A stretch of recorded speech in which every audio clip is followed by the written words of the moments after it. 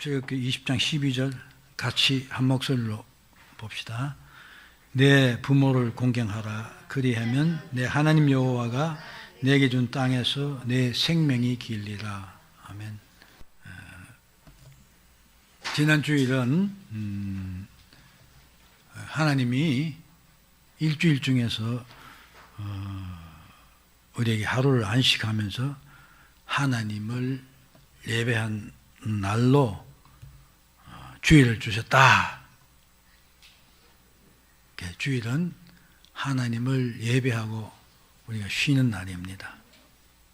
또한 이 날은 하나님이 주장하시고 복 주신 날이다. 그러면서 이 날을 지키면 하나님 복을 주시겠다.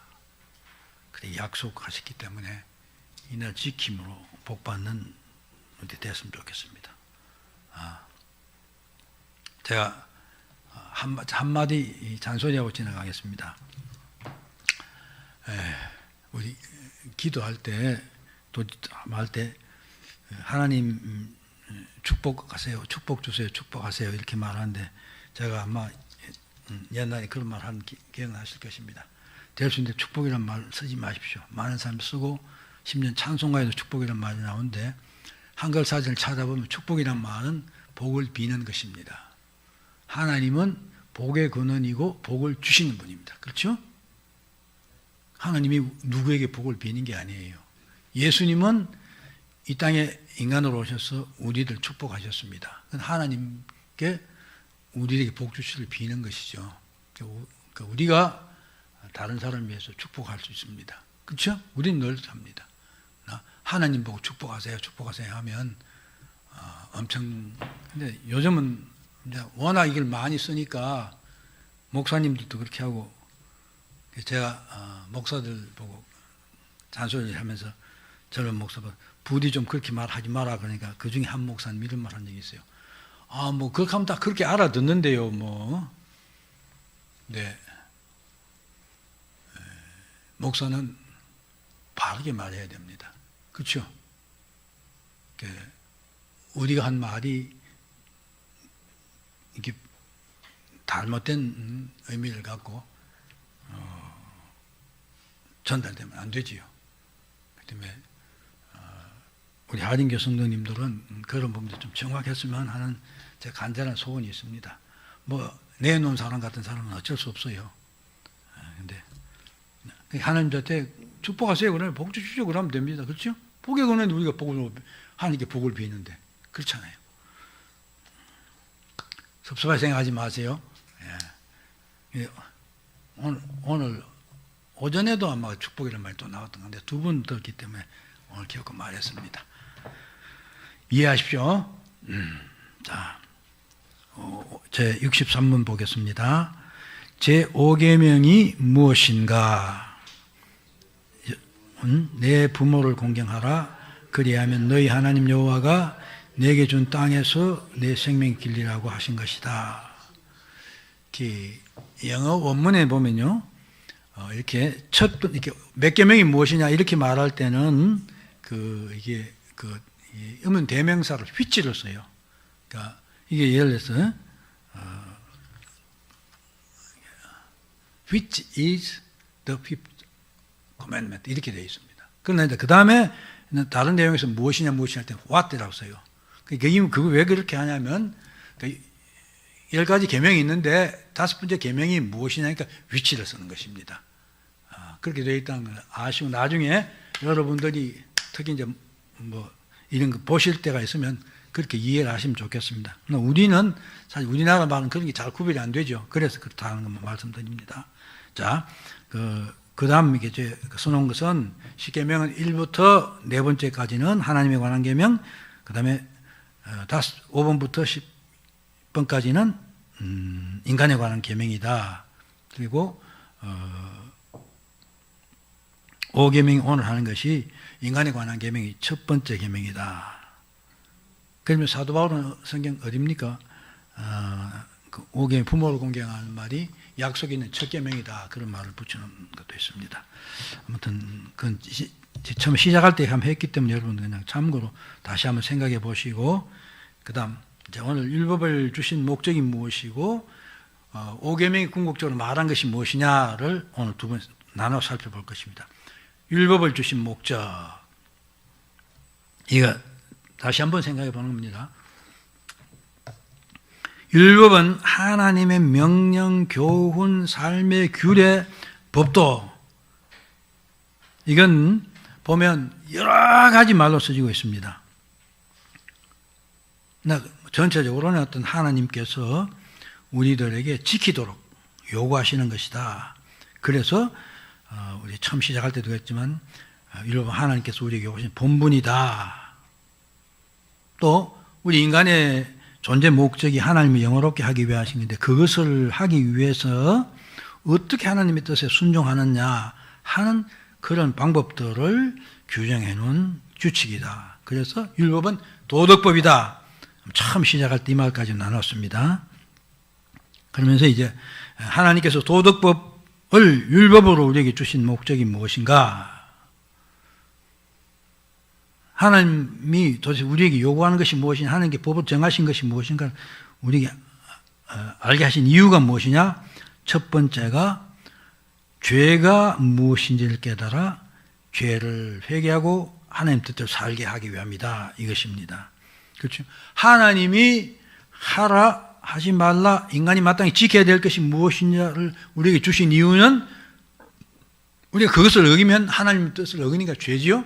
그걸 알게 하기 위함이다. 그래서 우리가 그렇게 살면 안 되지, 그렇게 하기 위해 주신 것이다.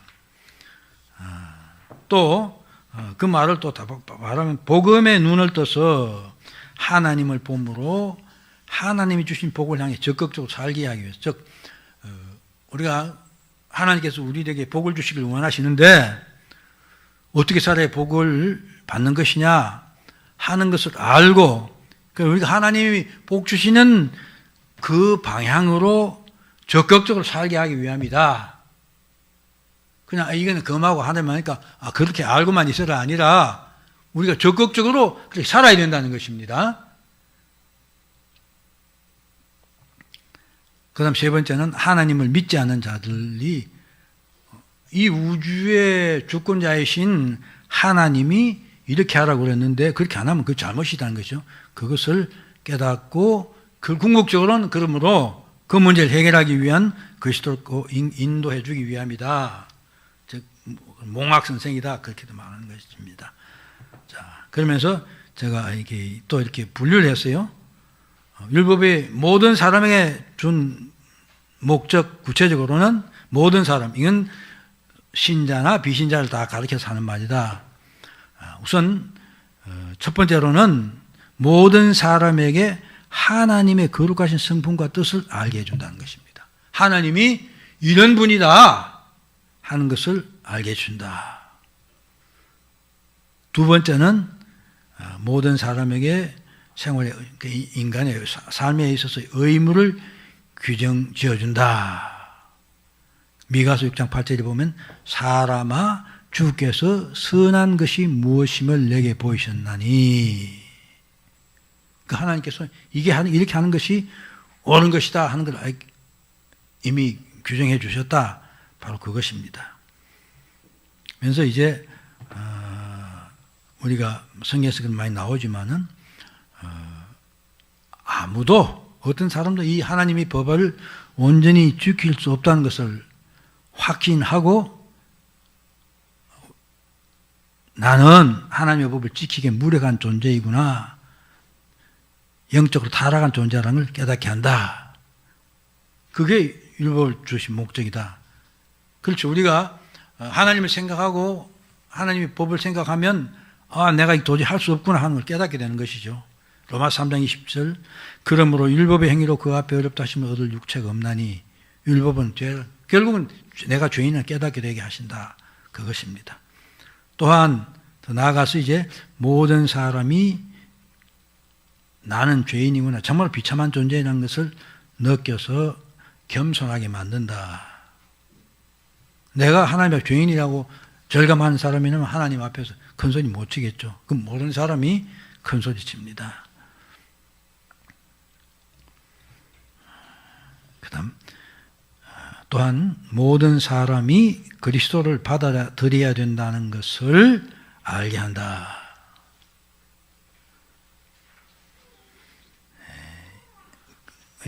갈라디아 3장 21절 22절 윗부분하고 맨 밑에 부분 보면 예수 그리스도를 믿음으로 말미암아 약속을 믿는 자들에게 주는 한다. 이렇게 말했습니다. 즉 성경이 모든 걸 죄 아래 가두었지만은 예수 그리스도를 믿음으로 말미암아 그 문제 해결된다. 즉 예수 그리스도를 믿음으로 예수 그리스도를 받아들여야만이 죄에서 자유로워진다 하는 것을 알게 하기 위함이다. 그것입니다. 그다음 믿지 않는 사람들에게도 이 율법은 해당이 됩니다. 첫 번째가 모든 불신자들의 양심을 깨우쳐 하나님의 진노를 알게 하며 결국은 그리스도에게 인도한다. 이 갈라디아 3장 23절 말씀 아까도 제가 인용했습니다. 그 다음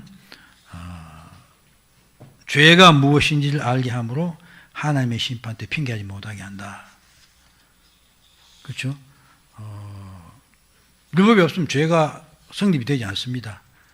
그렇기 때문에 하나님 앞에 죄가 무엇인가 따서는으로 하나님 심판 때 난 몰라서 그랬습니다. 말할 수 없게 한다. 바로 그것입니다. 또한 모든 불신자를 저주 아래 두기 위함이다. 그 다음 중생한 자들, 즉 성도들을 위해서도 우리들을 위해서도 율법의 필요성이 있는데 그리스도께서 그들을 위해 우리를 위해서 율법을 성취하셨고 우리들의 복을 위해서 대신 저주를 받으시는 이 그리스도의 대속의 죽음을 깨닫게 한다. 더 나아가서 그리스도의 은혜를 깨닫고 율법을 생활의 규범으로 삼아 명령대로 살기 위해서 최선을 다하도록 한다.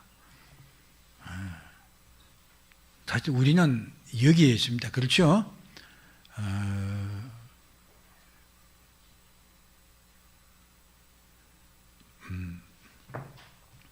사실 이렇게 많은 그리스도인들을 만나서 이야기를 해보면요,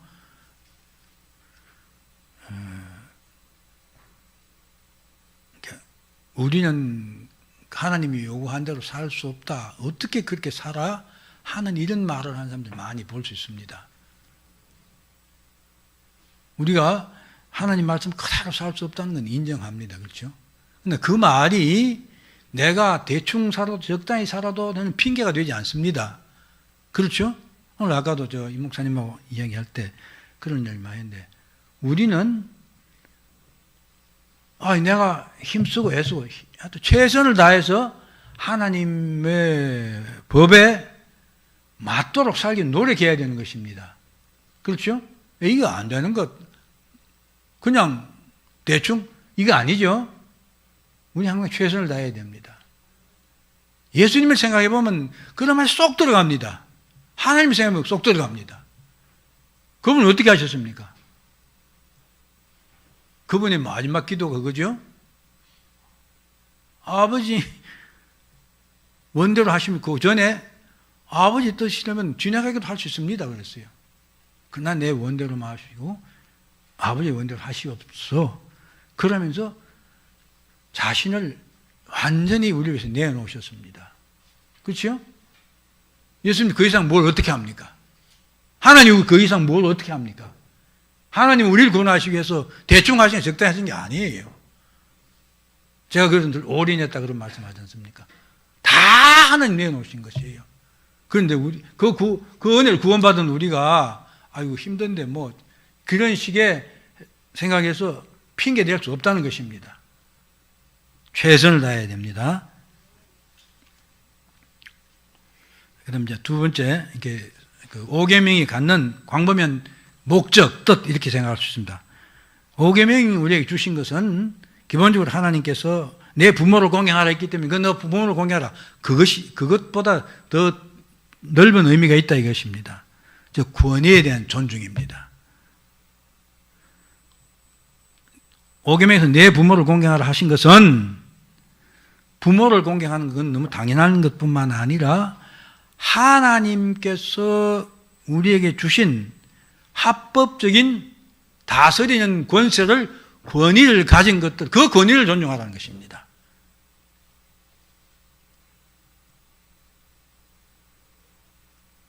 하나님께서는 가정에도 질서를 주셨어요. 그래서 가장을, 우리말로는 가장이라고 그러는데, 남편이 아내를 다스리도록 그렇게 정하셨습니다. 그렇죠? 그래서 에베소서 5장에 나오지만은 아내들이여 자기 남편에게 복종하기를 주께 하듯 하라. 뿐만 아니라 가정에는 그 가장이 있기 때문에 부모는 자녀를 다스리도록 권위를 주셨습니다. 그래서 에베소 6장에 보면 1절 2절에서 자녀들 너희 부모를 주 안에 순종하라. 이것이 옳다. 내 아버지 어머니 공경하라. 이게 이 약속에 있는 첫 계명이라 그렇게 말하고 있는 것입니다.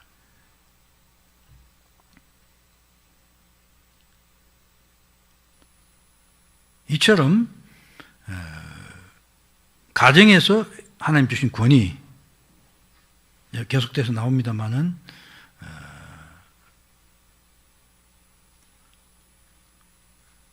아내가 남편의 권위에 복종하는 것, 그것은 하나님이 주신 질서요, 하나님이 주신 법입니다. 그렇기 때문에 아내는 그것을 인정해야 됩니다. 황집사님 물으려니까 싹 도망가는 것 같은데 어디 이집사님의 권위 인정합니까? 아이 감사합니다.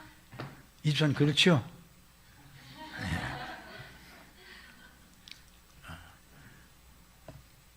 근데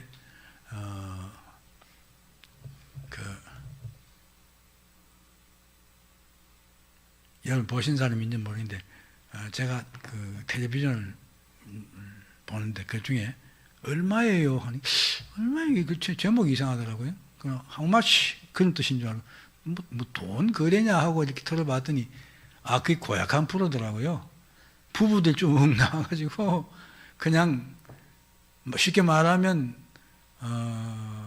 서로 흉보게 하고 남편을 작살내는 그런 프로예요.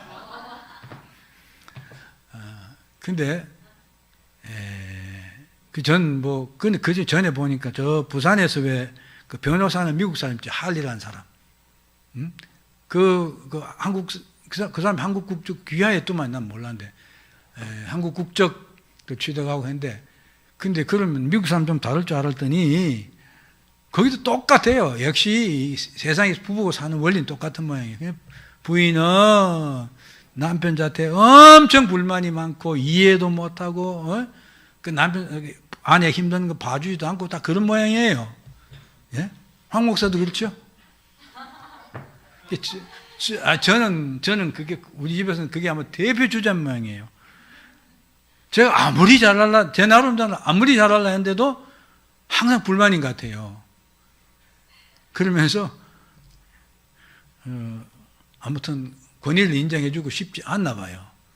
그 의사결정권이 최종적으로 해야 되면 물론 협의하지만은 어떤 결론은 나와야 되는 것 아니에요. 근데 그렇게 하기에 되게 싫나 봐요, 여자들이. 근데 그 텔레비전 프로 보니까 그거예요, 문제는. 근데 보니까 혹시 그 텔레비전 보면 저 자신도 반성 많이 해요. 남자들도 문제예요. 예? 어떻게든 하나같이 그렇게 여자 사정 몰라주고 그 여자 힘들게 하나 봐요.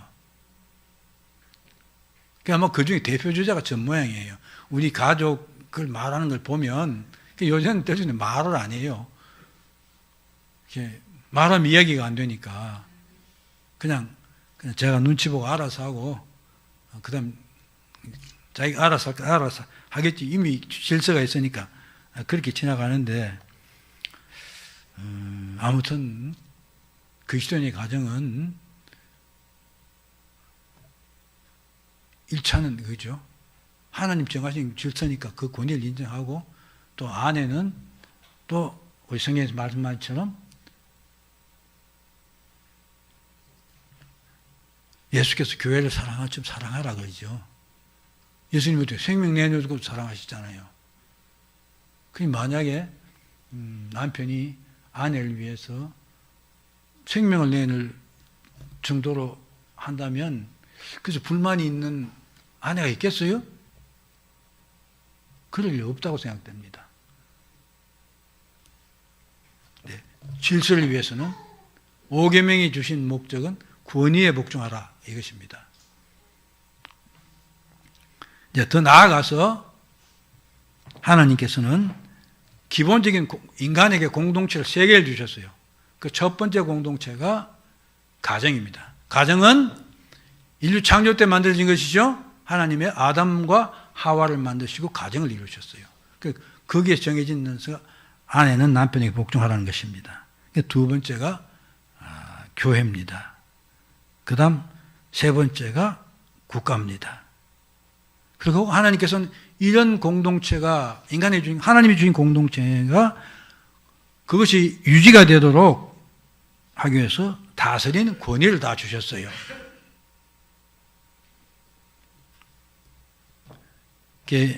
첫 번째가 가정이죠. 가정은 부모와 자식으로 구성이 되고, 앞서 이미 말한 것처럼 부모에게 가정을 잘 다스려 하나님을 바로 섬기고 신앙생활에 필요한 모든 것들을 자녀들에게 가르치도록 했어요.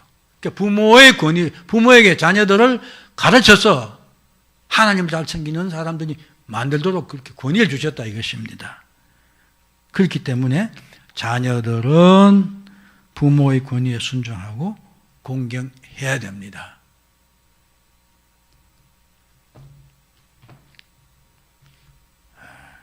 근데 우리 집 애들도 보면 그렇게 하면 제가 되게 싫어하는데도 난 딸들밖에 없기 때문에 딸들이 저한테는 그렇게 잘 안 하는 것 같은데 엄마한테는 간혹 보면 엄마의 권위를 이렇게 딱 잘라 말하면 그 엄마가 잘 모르지 않냐, 내가 하는 게 옳다 하는 식의 그런 식으로 이야기를 하는 경우가 종종 있더라고요. 그러니까 부모가 엄마가 좀 그러니까 상황에 시대에 안 맞는 이야기를 한다 손 치더라도 자녀들은 순종을 해야 될 것입니다. 하면서 만약 그게 들린 것이면 그 부모들한테 뭘 안다고 하는 그런 식의 부모의 권위를 그냥 밟아버리는 그런 언행은 안 해야 되겠죠? 네.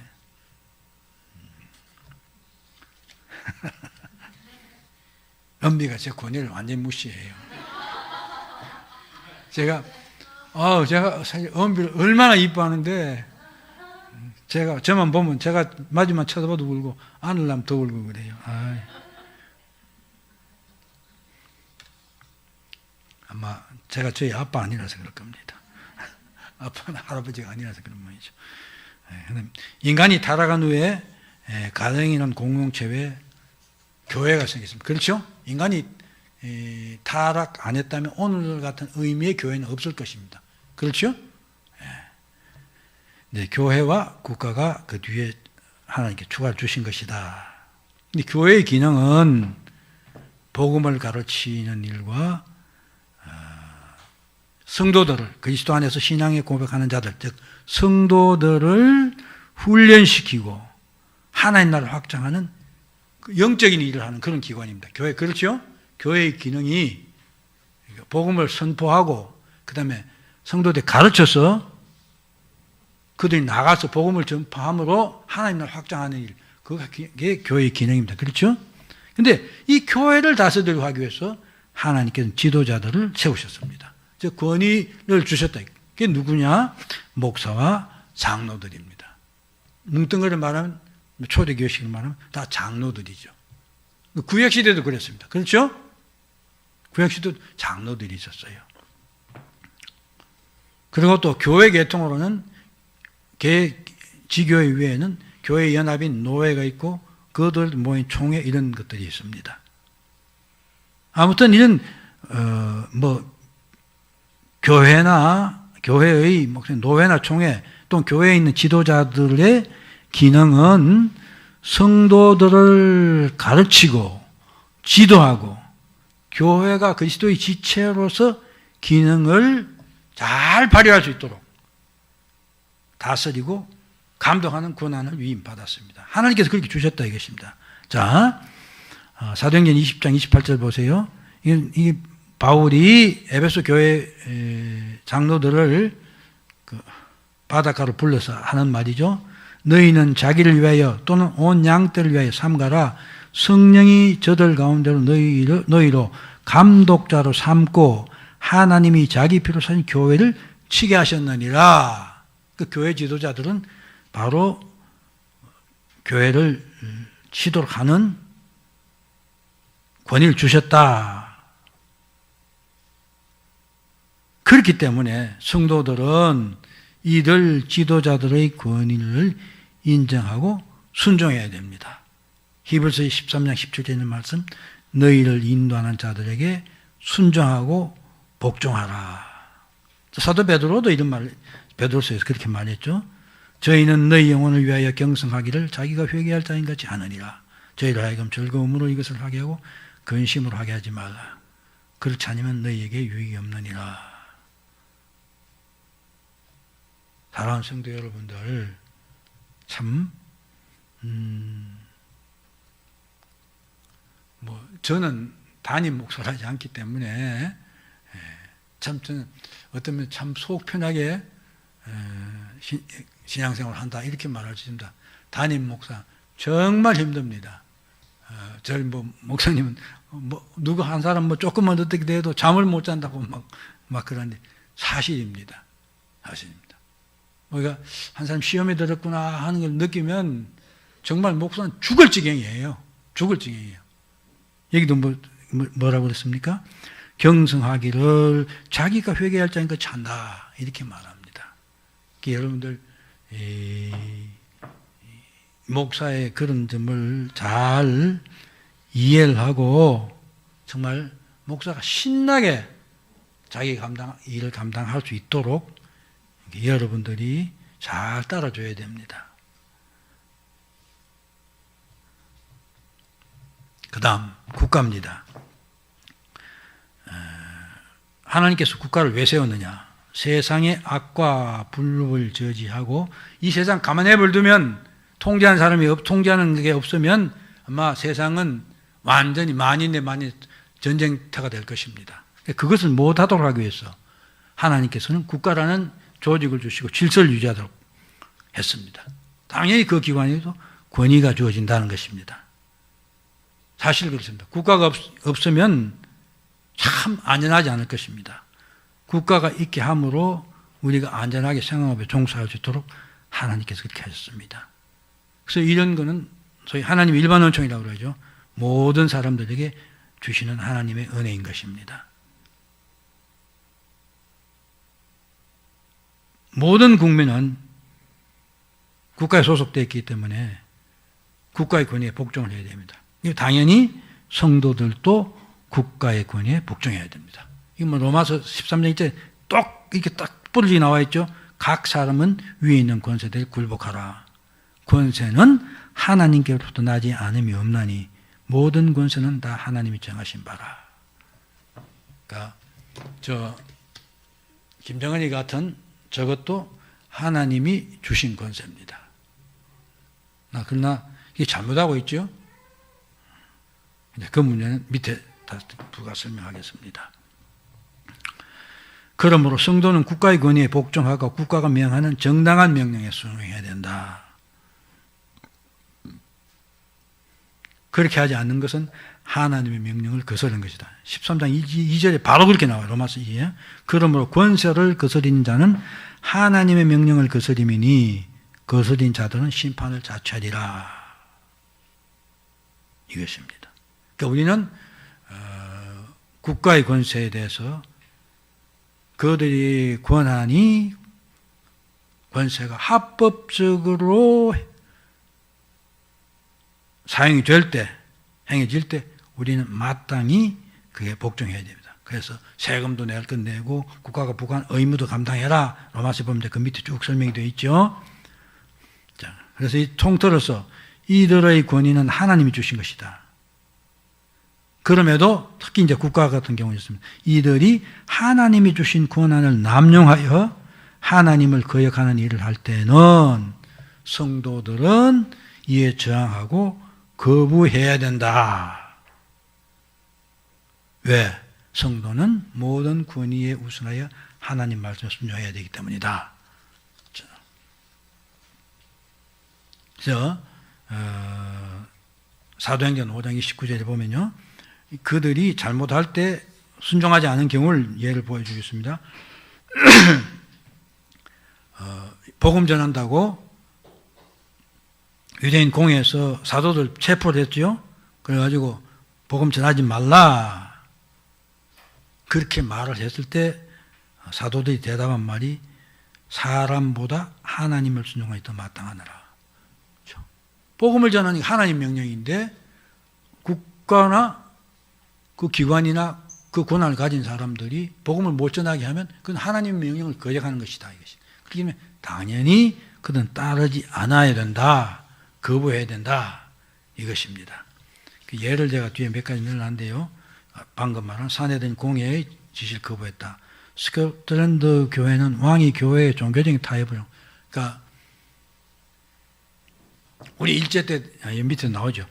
예. 마틴 루터는 교황이 올바른 복음 진리를 말을 못하겠을 때 루터는 그 항복하지 않았습니다. 한국 교회도 조선 교회죠. 신사 참배를 거부했습니다. 그러다가 나중에 이제 일본 고등교 형사들의 파괴 공작에 의해서 많은 사실 한국교회 주력이 거기에 타협을 해버렸고 거기에 타협하지 않은 사람들은 쫓겨나고 말았습니다. 그래서 한국교회는 그 때문에 많은 순교자가 생겼습니다.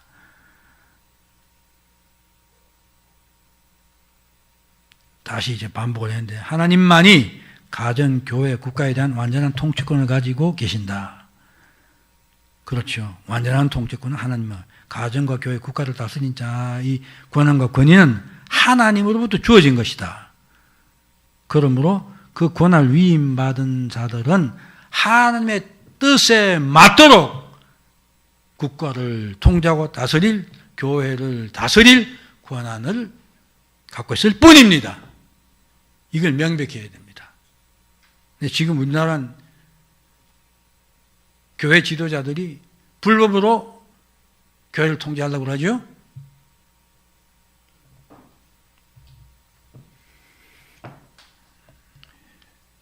또한 가정과 교회와 국가는 고유의 영역이 있습니다. 그 영역을 서로 침범해서는 안 됩니다.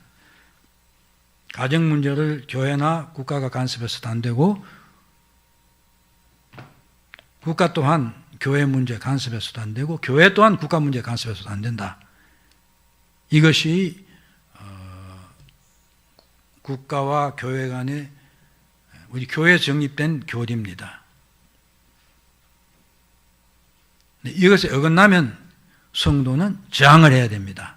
여기서 조금 말을 더 달아야 되겠습니다.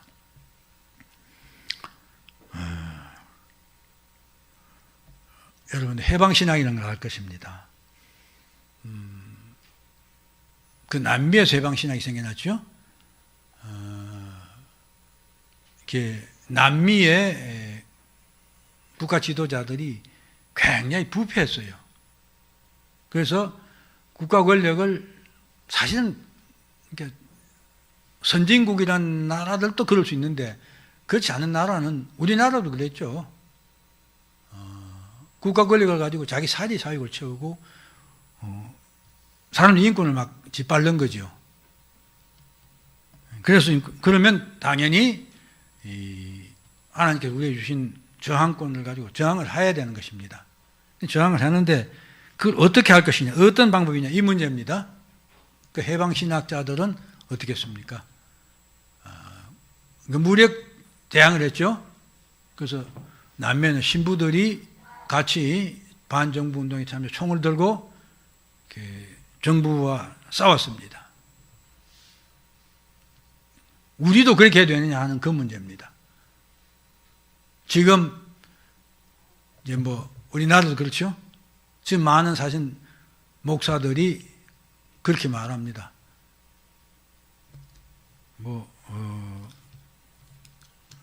그 신소골이라는 사람, 옛날 그 코미디언이었죠. 그래서 보면 특히 큰 교회를 막 욕을 하면서 지금 정부가 잘못하고 있는데 왜 가만 있느냐 이런 식으로 막 합니다. 우리는 잘못한 거 잘못하다 할 하나님께 주신 권리가 있습니다. 그러나 그것을 어떻게 사용하냐는 문제예요. 그 사용도 마찬가지로 말씀 안에서 해야 돼요.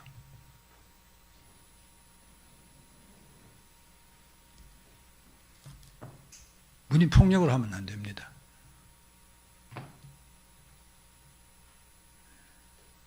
불순종을 해야죠. 우리는 말씀 안에서 우리에게 주어진 권리 안에서 그 권리를 행사해야 되는 것입니다. 모든 분야에 있어서 하나님 말씀대로 해야 됩니다. 그렇죠?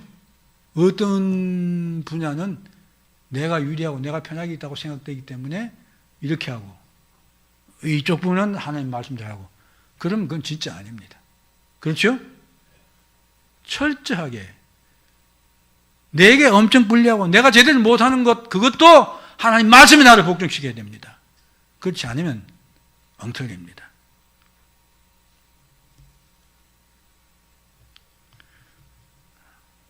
비록 그렇죠?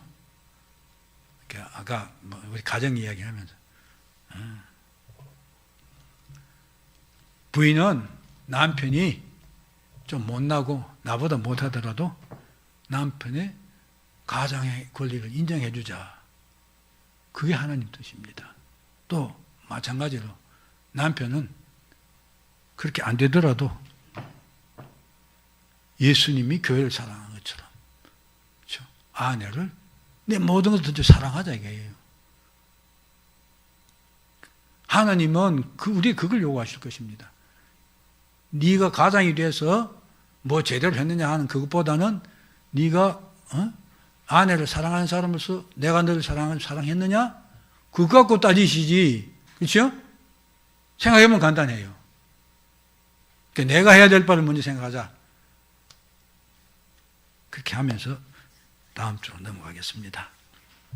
기도합시다.